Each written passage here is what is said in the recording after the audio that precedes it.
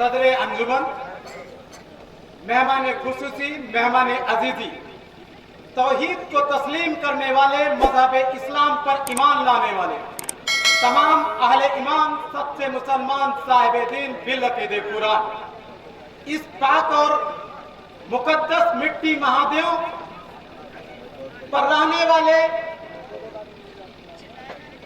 वाले मेरे अजीमो जलीलुल कद्र मोहतरम हजरात, तमाम हम दोस्त, अदब, खवातीन और खातून,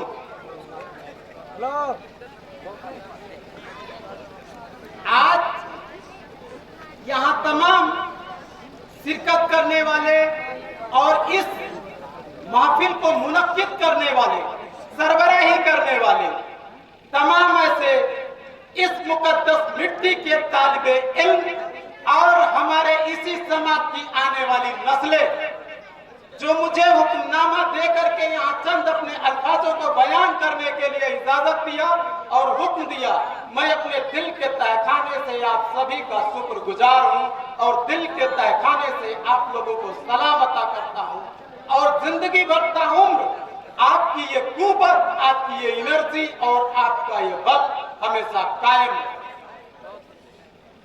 अब आपका मौजू, जहां तक ये कहा गया है कि इल्म का हमारी समाज में, हमारे मुल्क में, हमारी तहजीब और तमद्दुन में, हमारी संस्कार और संस्कृति में, हमारे कल्चर और कस्टम में इसकी क्या इंपॉर्टेंस है, इसकी क्या जरूरत है और इसके बगैर क्या हम अमन, चैन, इत्तेहाद और मोहब्बत से रह सकते हैं कि नहीं रह सकते। ये जरूरी है हमें जानना।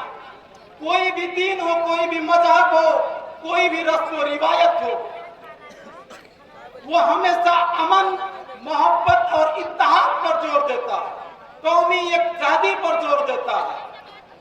जहां तक आज इल्म के हवाले से, इल्म के नजरिए से मैं सबसे पहले इस्लाम की उस मुकद्दस किताब कुरान से कुछ आयतें जोड़ूंगा जो हर इंसान के लिए बेहद जरूरी है, क्योंकि जहां तक इस मुकद्दस किताब कुरान की बात आती है, मेरे जानकारी में जो थोड़ा सा मुझे ज्ञान है, थोड़ा सा मुझे नॉलेज है, ये किसी दीन की किताब नहीं, ये वास्तव में पूरी मुकम्मल कायनात की किताब। कमोबेश जितने भी नबी आए हों इस्लाम के हवाले में, जो आपकी 4 आकाशी किताबें नाजिल हुई हैं, हजरत दाऊद अलैहिस्सलाम पर दारूद नाजिल हुआ, हजरत मूसा अलैहिस्सलाम पर तौरात नाजिल हुआ, हजरत ईसा अलैहिस्सलाम पर इंजील नाजिल हुआ और इसी इंजील को क्रिश्चियनों ने बाद में जाकर के क्रिश्चियनिटी का बेस माना और लास्ट में, अंतिम में आपके और इस कायनात के मौलाए कायनात नबी करीम हजरत मोहम्मद सल्लल्लाहु अलैहि वसल्लम पर यह मुकद्दस किताब कुरान नाजिल हुई। इसी तरह से हमारी सनातन संस्कृति, हिंदू सभ्यता, आर्य मान्यता में जब कोई देखता है तो वहां भी 4 ही वेद बताए जाते हैं, ऋग्वेद, यजुर्वेद, सामवेद और अथर्ववेद। सनातन संस्कृति में कहा गया है, विद्वत्व च निरपत्व च नैव तुल्य कदाचनम, स्वदेशे पूज्यते राजा विद्वान च सर्वत्र पूज्यते। विद्वानों की तुलना बादशाहों से नहीं की जाती है, शहंशाहों से नहीं की जाती है। इल्म आफ्ता, सनद आफ्ता लोगों की तुलना और कंपैरिजन वास्तव में बादशाहों और शहंशाहों से नहीं हो सकती है, ये उससे ऊपर की चीज है। इसलिए सबसे जरूरी है आप इल्म आफ्ता बने, सनद आफ्ता बने।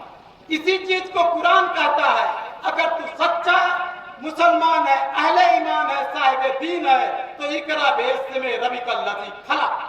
अगर तुझे ईमान पर कायम होना है, तुझे मजहब इस्लाम पर ईमान रखना है और तुझे अपनी समाज में अमन, इत्तेहाद, मोहब्बत और लोगों के लिए अखलाक, मोहब्बत और खुलूस पैदा करना है, तो तेरे लिए ये लाजिम है कि तू पढ़ और पढ़ाई से ही तेरा ईमान कायम है।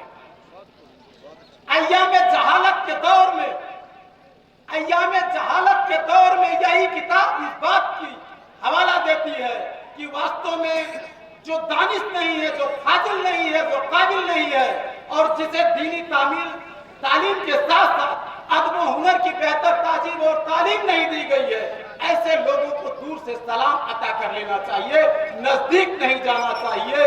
वही खाते बहमुल जाहलूना कालू सलाम, जवाब जाहिला बसत खामोशी। जरूरी है साहब इल्म याफ्ता बनिए और अपनी आने वाली नस्लों को मजबूत बनाइए। ये तिजारत परस्त हो या ना हो, ये तरबियत परस्त। इन्हें तालीम और तरबियत के लिए मोहब्बत पैदा कीजिए।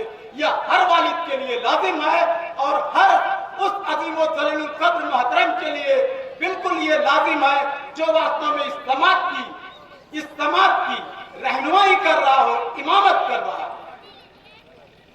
एक जुमला आता है, वहां कहा जाता है यतीम किसको कहा जाए? क्या जिसके माँ बाप मर गए हो? तो कहा जाता है नहीं, सही माने में यतीम वो है जिसको तालीम ना दी गई हो, इल्म ना दी गई हो, जिसको बेहतर अदब व हुनर की तहजीब और तालीम ना दी गई हो। लैसल यतीमा कदमाता वलदहू इन्नल यतीमा यतीमुल इल्मी वल अदबी। खूबसूरत किसको कहा जाए? लैसल जमाला कदमाता वलदहू इन्नल जमाला जमालुल इल्मी वल अदबी। Plants are developed by cultivation, men are developed by education. There is no any alternative that is sufficient for you in order to name your good name and fame, and you have to participate in the authority or resign.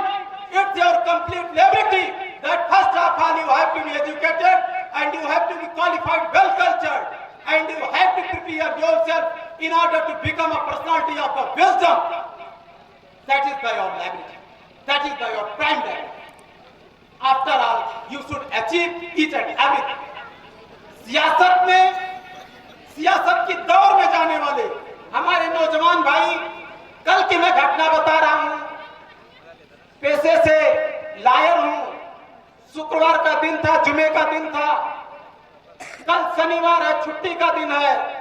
इस हिसाब से मेरे एक भाई का इसी मिट्टी तंजीम और माशरे में जहां मैंने आंख खोली है, वही के एक भाई का फोन जाता है मेरे मोबाइल पर। मेरा पीएसओ कहता है कि फोन आ रहा है सर। मैं कह रहा हूं जाने दे, छोड़ दे, किसी क्लाइंट का फोन होता है। फिर अल्लाह तबारक तआला अल्लाह है जल्ल शानहू इस मुकद्दस महफिल में शरीक करने के लिए मेरे अंदर एक जज्बा पैदा करता है। फिर मैं उससे पूछ लेता हूं किसका फोन है? वो कहता है रियाजुद्दीन महादेव। अचानक मेरे अंदर में अपने आप को कंट्रोल नहीं कर पाता और कहता हूं ला फोन तुरंत मुझे दे। मैं रिसीव करता हूं फोन। इस भाई को जब मैं देखा, और मैं भी जब इंटरमीडिएट और ग्रेजुएशन से निकला था, तो देखने के बाद और मैं अपने आप को रोक नहीं सका, उसके फोन को रिसीव किया और मैंने सारी मीटिंग और अपॉइंटमेंट को कैंसिल किया और मैंने कहा भाई मैं बिल्कुल आऊंगा, श्योर आऊंगा, तेरा जो हुक्म है। क्योंकि उस मिट्टी तंजीम और माशरे के ऐसे नौजवान बच्चे, ऐसे तालिबे इल्म और ऐसे उन तमाम अजीम व जलील कद्र मौलवी और मुदर्रिस के शागिर्दों का मैं दिल से कायल हूं और आने वाले दिन में भी कायल। आज गौरतलब है, हमारा ही एक भाई अभी मेरे साथ शिरकत कर रहा है, फजल सियासी दुनिया में जा रहा है। तो थोड़ी सी बात रियाजुद्दीन के हवाले से मैं कहूं, मुझे इतनी खुशी हुई और मुझे दिल में लगा कि वास्तव में ऐसे इंटरमीडिएट और ग्रेजुएशन में जब मैं जा रहा था तो मेरे मौलवी ने मेरे पेशानी को चूम करके बात कहा था कि जा तरक्की कर। तो मैं भी उसके हक में ये सोचा कि नए दीवाने को देखो तो बड़ी खुशी होती है, नए दीवाने को देखो तो बड़ी खुशी होती है। बिल्कुल बाखुदा हम भी ऐसे थे जब निकले थे आसिया। फजल भाई के हक और हवाले से मैंने कहा भाई तू जिस सियासी सफर में जा रहा है जा, और किसी भी चीज के लिए मत डर। दुश्वारियों से तेरा रिश्ता रहा है, 1400 वर्ष की तारीख इस बात की गवाह है कि तेरे आका नबी करीम जो उनके ऊपर कूड़ा फेंकने चले जाते थे, उनका भी बीमार होने पर वो हाल चाल पूछने गए। और उनके इसी सदाकत से, उनके इसी फजीलत से वो इस्लाम का ईमान लाए और एक खुदा एक रसूल पर ईमान लाए। मैदाने करबला इस बात की गवाही है कि जालिम का नाम मिट जाता है तारीख से, जालिम का नाम मिट जाता है तारीख से, याद उसको रखा जाता है जिसे पानी नहीं मिला।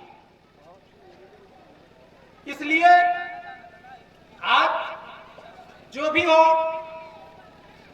कुरान के हक में ईमान की बात जो कही गई है, जो इसकी बुनियादी बात कही गई है, जो वास्तव में एक ईश्वरवाद की बात कही गई है, उसमें जब हम देखते हैं तो मुझे उस कुरान की मुकद्दस आयत याद आती है जिसमें कहा जाता है अलिफ लाम मीम जालिकल किताब ला रैबा फीह हुद्दल लिल मुत्तकीन अल्लज़ीना युमिनूना बिल गैब।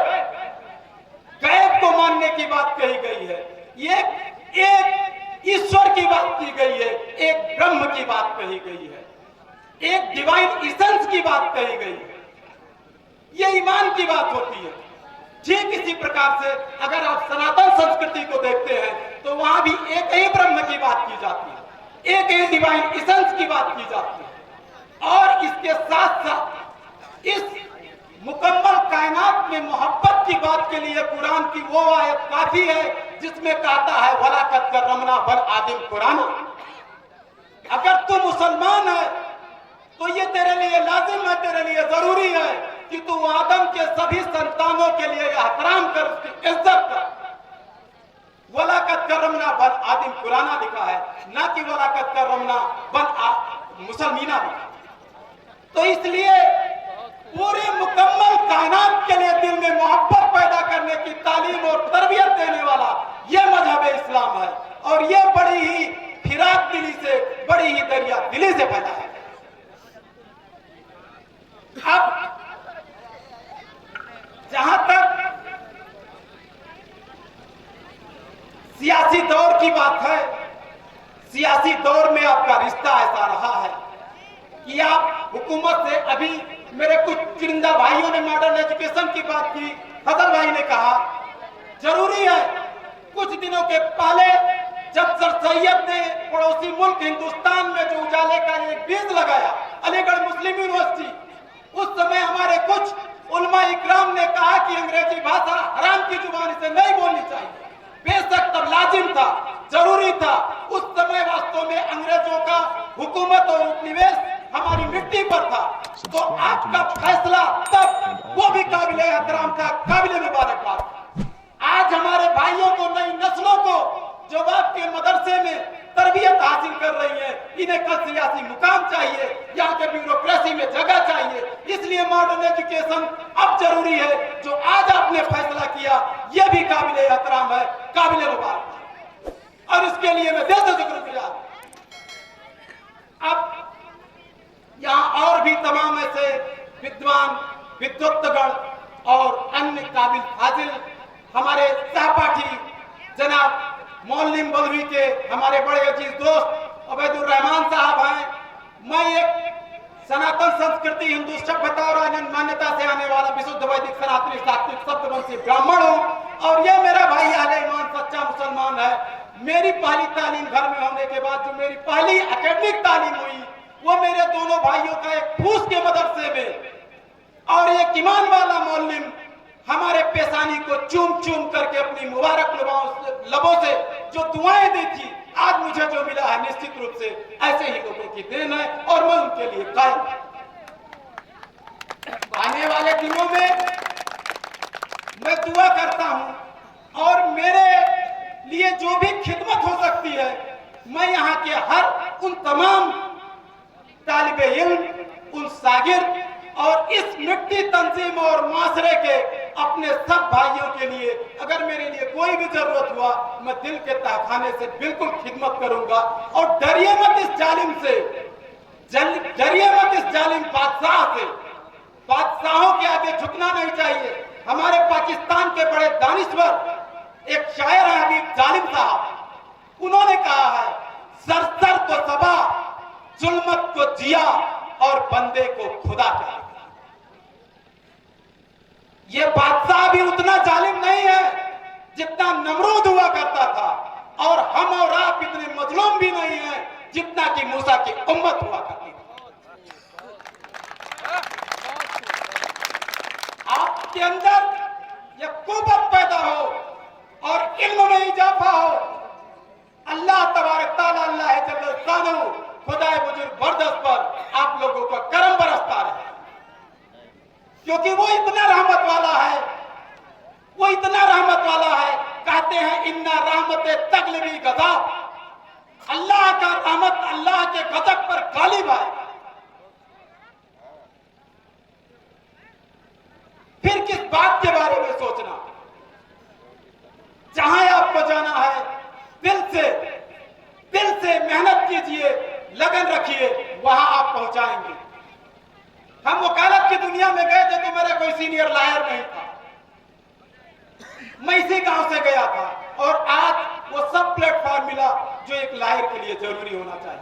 इसलिए आप लोग इस कुव्वत को, इस ऊर्जा को, इस एनर्जी को बिल्कुल आगाज दीजिए, और हमारे इस समाज में समाजी शऊर को बरकरार करने के लिए, रहनुमाई और इमामत करने के लिए जो हमारे मौलवी और मुदर्रिस लोग हैं, इनकी तादाद बढ़े, और ये जहां से भी हो इस मिट्टी तंजीम और माशरे के हर बच्चे, हर उस तालिबे इल्म और हर उस शागिर्द की खिदमत करें और दुआओं का माइनिंग साया उनके ऊपर बरसाते रहें।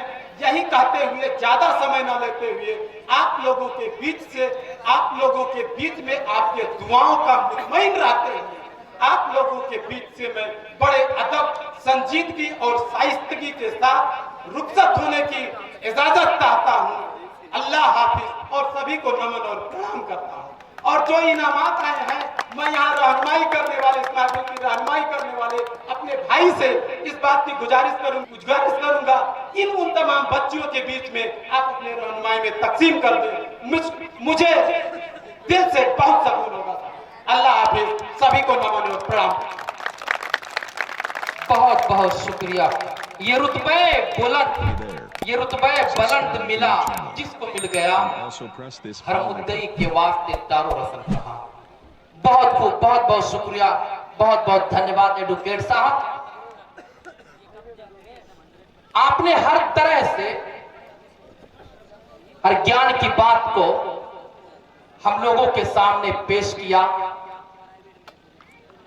आपने इल्म और अदब के हवाले से अरबी का शेर पढ़ा, गर्चे इधर उधर हुआ, लेकिन यहां जो उलमाए किराम बैठे हुए थे वो समझ गए थे कि ये इबारत क्या है, ये कहना क्या चाह रहे हैं। लैसल जमाल बि अस्वाब तुज़य्यिरुना इन्नल जमाल जमाल इल्म वल अदब। बहुत अहम शेर है। इसको जो पढ़ने वाले हैं, इसका जो तर्जुमा, माना और मतलब जानते हैं, वो तो झूम गए कि इन्होंने क्या बात कही। और सबसे आखिरी में इन्होंने एक बात कही है, ये कि वो नबी थे कि जो कूड़ा और करकट फेंकने वाले के बीमार होने पर इयादत के लिए गए, तो उन्होंने अपने सर को उनके कदमों में रख दिया। तो उन्होंने एक शेर कहा है, मैं ही पेश करूं कि जालिम से लिया जुल्म का बदला ना किसी वक्त, और मारा भी तो अखलाक के तलवार से मारा।